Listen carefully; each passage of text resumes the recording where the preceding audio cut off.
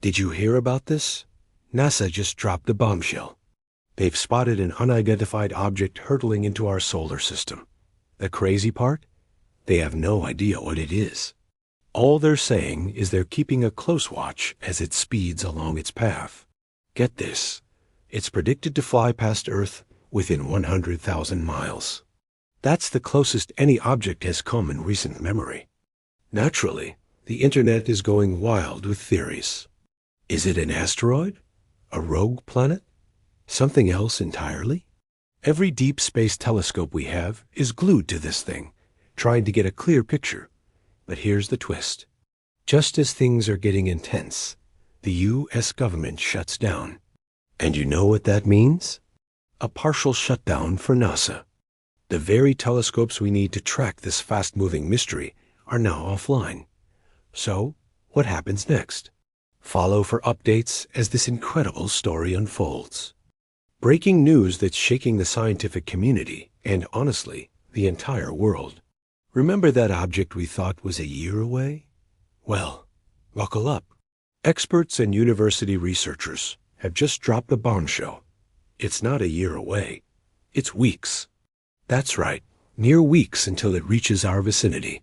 This has understandably sent waves of anxiety across the globe. Initially, theories pointed to a comet, but that's been debunked.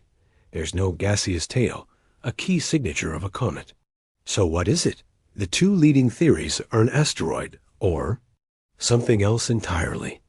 And here's where it gets truly mind-blowing. Experts are increasingly leaning towards the idea that this is an alien spacecraft. Why? Because it's moving faster than any asteroid ever recorded, suggesting it's under its own propulsion.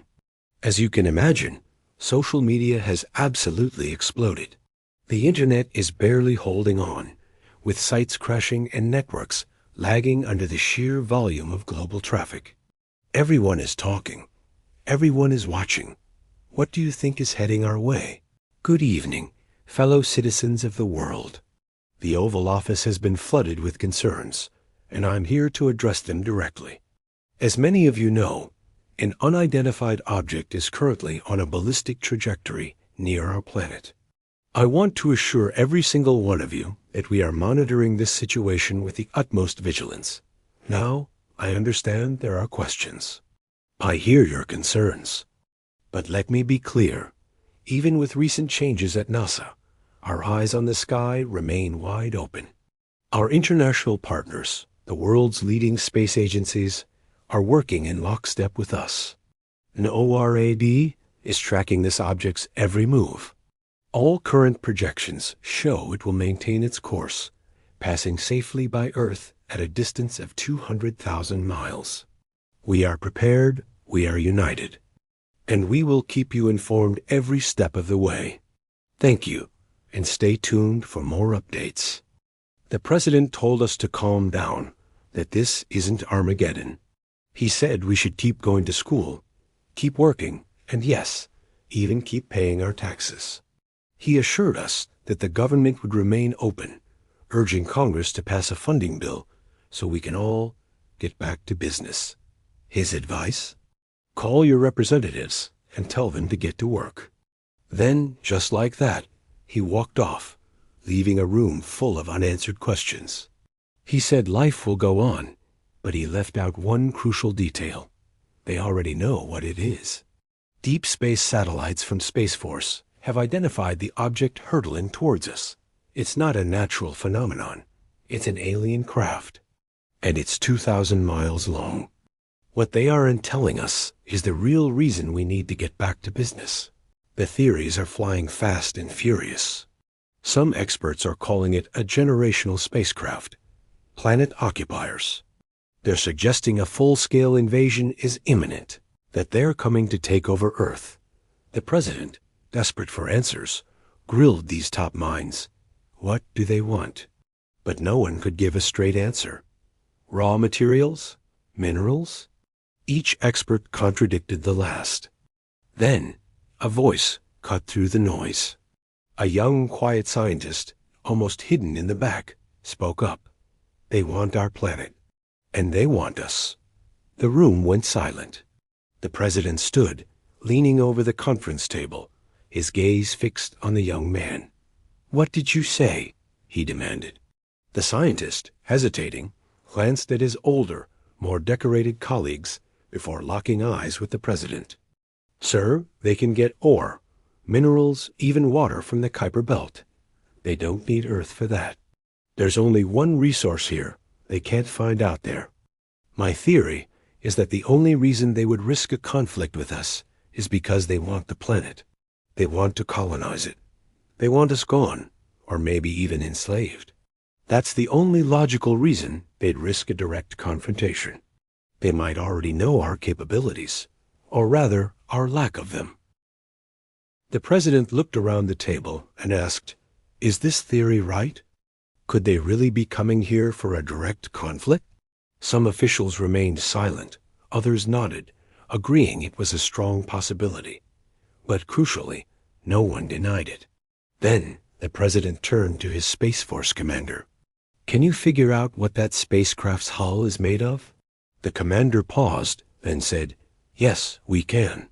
We have the new Neptune Core satellite system."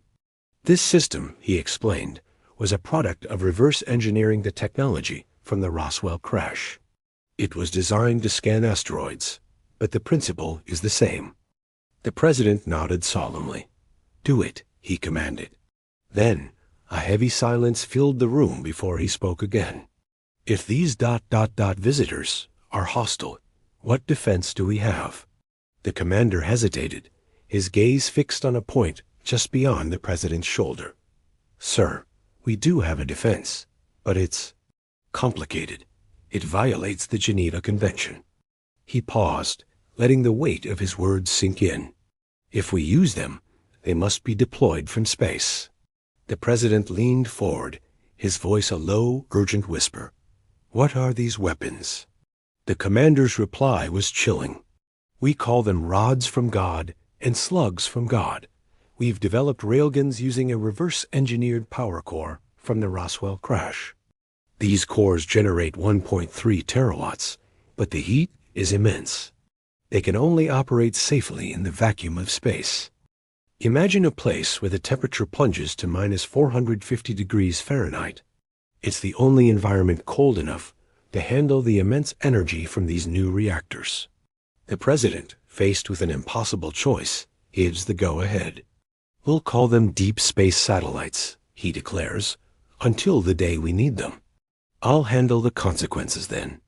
He looks around the room, his gaze steely. "This conversation is classified. If one word leaks, you will simply disappear. No trial, no headlines. You will vanish. Do you understand?" Everyone nods in silence. Then his eyes land on a young analyst. "You? What's your name?" The young man stammers.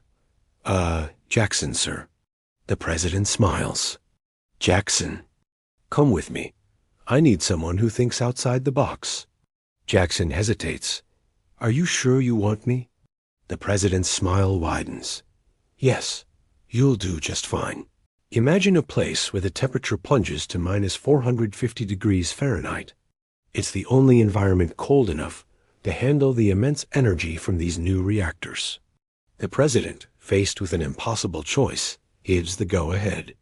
"We'll call them deep space satellites," he declares, "until the day we need them. I'll handle the consequences then." He looks around the room, his gaze steely. "This conversation is classified. If one word leaks, you will simply disappear. No trial, no headlines. You will vanish. Do you understand?" Everyone nods in silence. Then his eyes land on a young analyst. "You? What's your name?" The young man stammers. Jackson, sir." The president smiles. "Jackson. Come with me.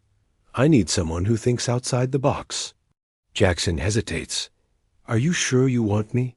The president's smile widens. "Yes, you'll do just fine." What happens next? Follow for more of the story. Just weeks later, a massive joint operation between NASA, several private space corporations, and the Space Force was underway. They began deploying hundreds of defensive satellites all around Earth. In total, an additional 500 were placed in high Earth orbit, soaring even higher than the International Space Station. Naturally, reporters started asking questions. The official line from the president? The satellites were simply there to observe the mysterious object as it passed through our solar system. Some people accepted this explanation, but many others were deeply suspicious. Theories began to fly, and it wasn't just the public. Several nations accused the U.S. of violating the Geneva Convention by weaponizing space. The U.S. ambassador flatly denied the allegations, insisting they were purely for scientific observation. For now, the International Council has decided not to investigate, but the tension is palpable. Finally, the day arrived. The object was close enough for a definitive call. If it was a spacecraft, it had to start braking now, or it would just shoot right past Earth. If it was just another interstellar rock, it would continue on its merry way, right out of our solar system. No harm, no foul. All eyes around the world turned to the heavens, waiting. NASA, monitoring in real time, made the announcement. The object was decelerating, and fast. News agencies immediately jumped on it. It's an alien spacecraft, they declared. One commentator said it was like someone slammed on the space brakes. This massive, colossal object would be here in just 3 days. Social media instantly imploded. People were praying, celebrating, panicking. Millions left their jobs to be with family. Global markets shut down, fearing a crash that would trigger another worldwide depression. The world held its breath, waiting for our new visitors. A silence fell over the planet. Militaries across the globe went on high alert, a silent, tense preparation for the unknown. In the U.S., even retired aircraft were pulled from their desert slumber, bolstering the active fleet to over 10,000 planes. All civilian air travel ceased. A global blackout was ordered. At night, the world went dark. Governments scrambled, passing emergency funding and retreating into secure bunkers. For 2 long days, humanity held its breath. Then it arrived. The colossal alien vessel slowed, settling into a high orbit over the moon's dark side. It made no attempt to hide. In fact, it did the opposite, illuminating its massive form with countless lights, a beacon in the void. For another 2 days, it just sat there, a silent, brilliant enigma. Down on Earth, world leaders in their bunkers watched, waited, and wondered what would happen next. Imagine this. One ordinary Tuesday, every single screen on the planet your phone, your TV, the Jumbotron in Times Square flickers to life with the same unsettling message. In every language, the words are identical. We are the Protheons. We are human, just like you. We mean you no harm. We are coming in peace. This message loops for a full 24 hours before every screen goes black. Is it a hoax? A threat? For the single most important moment in human history, the world holds its breath. Leaders scramble, putting their militaries on high alert. NORAD hits DEFCON 1, and whispers of secret space weapons circulate. Just as the UN agrees to meet, NASA makes a chilling announcement. A door miles wide has opened on the colossal ship hanging in her orbit, and something is coming out. This is where our story begins. It was a day that started like any other, but it would end with a moment that changed everything we thought we knew. High above, where the sky meets space, a small, unknown craft broke through the atmosphere. U.S. Air Force and Navy fighter jets scrambled to intercept, but what happened next was astonishing. A pilot reported they must have known our intentions. They managed to slot themselves right in between all of us. It was as if they were allowing an escort. The formation of advanced jets and the mysterious visitor descended together, a silent, surreal procession across the sky. Their destination? The Manhattan heliport. On the ground, a reception of military vehicles and police agencies from every level waited, holding their breath. What was inside? Who were they? The world was about to find out. Sound of a massive spacecraft engine powering down. The colossal craft settled, its engines whining into silence. A hiss, a clank, and the main ramp unlocked, lowering with a heavy groan to meet the earth. Two perfectly formed lines of soldiers marched down, their movements precise and synchronized, forming a guard of honor. Then a single figure emerged, walking with an air of command. He saluted every soldier as he passed, his gaze steady. He approached the waiting vehicles. Everyone stared, astonished. He was human. "I am Admiral Jackson Thompson," he said, his voice calm and clear. "And yes, I am human. Originally from Earth, in fact." A stunned silence fell over the military personnel. The Admiral offered a wry smile. "Please, let's proceed to the UN building. We have very little time." The commander, speechless, simply nodded. Soldiers scrambled to open a car door for the Admiral. Their world completely turned upside down. What does he want? Why is he here? The commander accompanied the Admiral as the convoy departed the Manhattan heliport, heading for the UN building. Every street and building along their route had been meticulously cleared. The Admiral, gazing out at the city, remarked with a hint of nostalgia, "Man, I've missed this place. It's been a long time." Curious, the commander asked, "If you don't mind me asking, sir, how long has it been?" The Admiral replied, "It's been about 20 years since I've seen Earth." 20 years? "Wow," the commander responded, his tone shifting slightly. "What have you been doing for all that time?" The Admiral laughed softly. "Commander, I know what you're doing. Your voice says it all. You're fishing for information. You have a rather condescending tone." The commander lowered his head, a silent admission of guilt. The Admiral smiled. "It's all right. I'll tell you.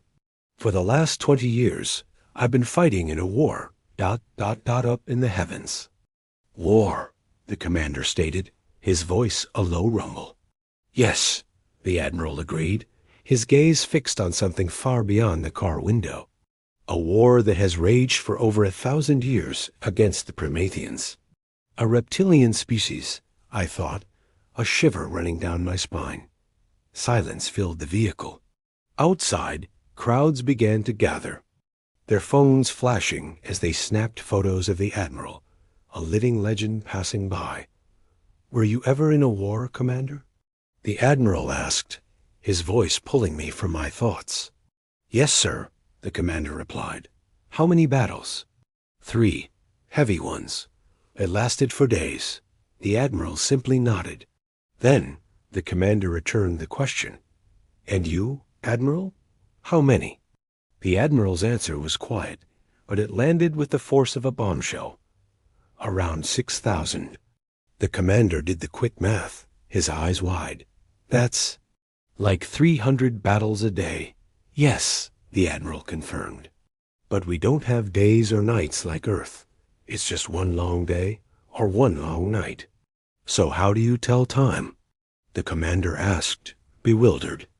The Admiral's reply was plain, almost casual. "By star date. Astronomical time." The commander was amazed, and the rest of the car ride was quiet. Finally, they arrived at the UN building. The guards opened the car door, and the Admiral stepped out. He began walking up the stairs, then paused. He turned, looking at the crowds of people staring back at him. He realized that what he was about to say to the UN Council would change the planet forever. The weight of the world was now sitting on his shoulders, and he could feel the pressure mounting with every step. He turned around and started walking up the stairs again. With every step, he felt the weight of the world on his shoulders. Finally, he reached the entrance of the building. He took one last look back at the crowd below, zooming in on all the faces. He couldn't help but wonder about them. Who were they?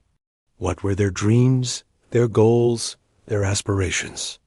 What thoughts occupied their minds at this very moment?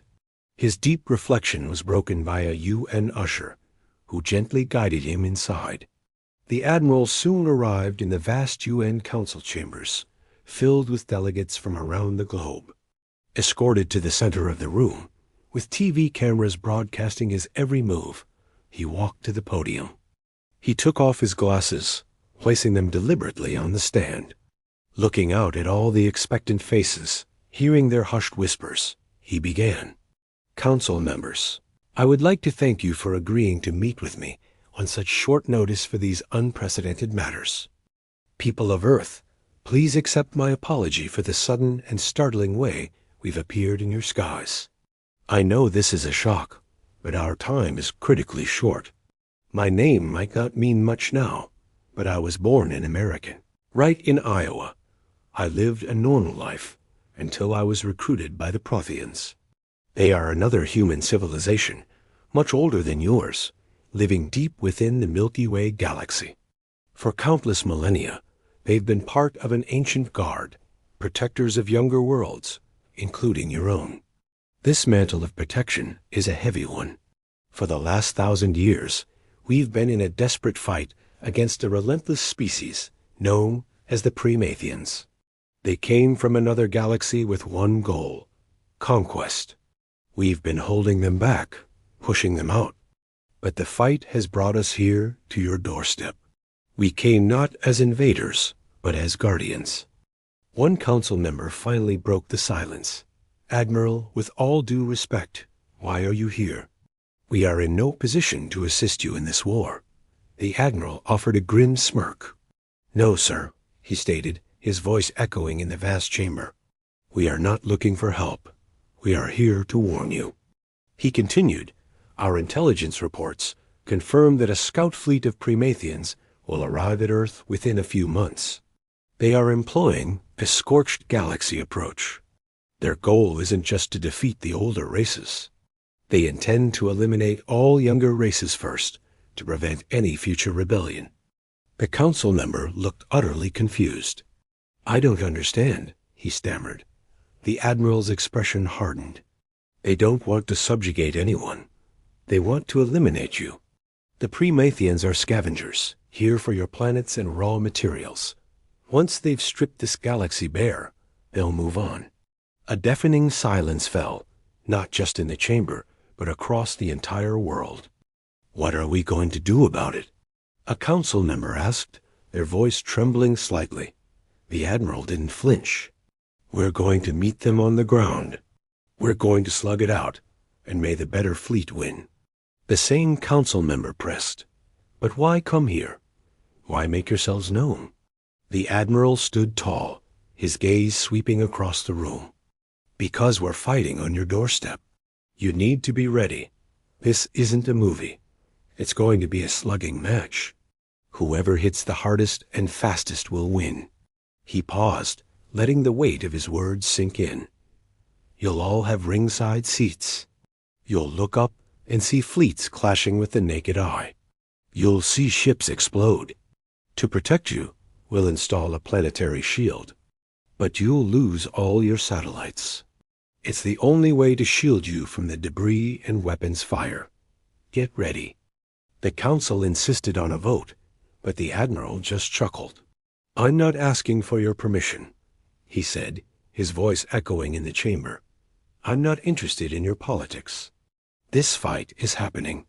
I'm merely giving you the courtesy of a warning. He leaned forward, his gaze intense.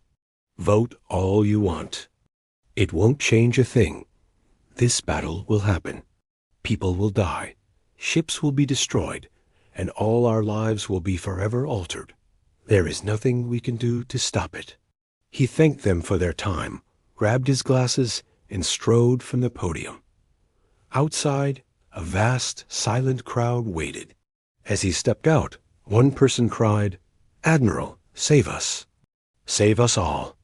Then the chant began, a rising wave of voices. Save us all.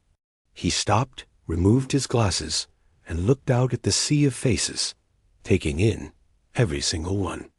He raised his arm, and a hush fell over the entire square. Then his voice, amplified and unwavering, boomed across the crowd. People of Earth, My fleet will take up the mantle of your protection. The Protheans are willing to die for every one of you." He paused, his gaze sweeping over the thousands of upturned faces. "My fleet will fight to the last ship for you. If we must, we will find a way to ensure not one Prothean ever steps foot on this planet again. I will die for all of you." An awkward, then growing cheer erupted from the crowd. The Admiral couldn't tell if they were cheering for his commitment or for his potential sacrifice. He continued down the stairs to his car and was whisked away to the Manhattan heliport. Cameras flashed as he walked a gauntlet of saluting soldiers, boarding the waiting dropship. As it lifted off, the Admiral stood at the open ramp, a solitary figure watching the city shrink below, ready for the battle to come. The crowd watched, a heavy silence hanging in the air. People whispered that he was taking one last look at Earth, a final fond farewell before a battle from which he might not return. His heart, and the hearts of all who watched, were heavy for the Admiral and the Prothean's final stand. As the ship ascended, he turned, walked back inside, and the ramp sealed shut. American aircraft formed in honor guard, escorting the massive vessel over U.S. airspace until it climbed beyond their reach, leaving our atmosphere behind to join its mothership. In the weeks that followed, more Protheon ships arrived, some just as colossal, others even larger. The Admiral contacted the UN Council from the Protheon battleship Defiance.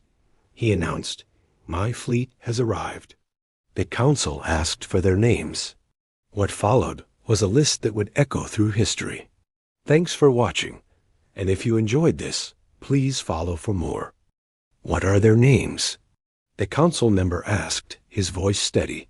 The Admiral, momentarily confused, replied, "Why?" A solemn look crossed the council member's face. "So we can remember those who risked everything to save us... one planet." The Admiral nodded, a newfound respect in his eyes.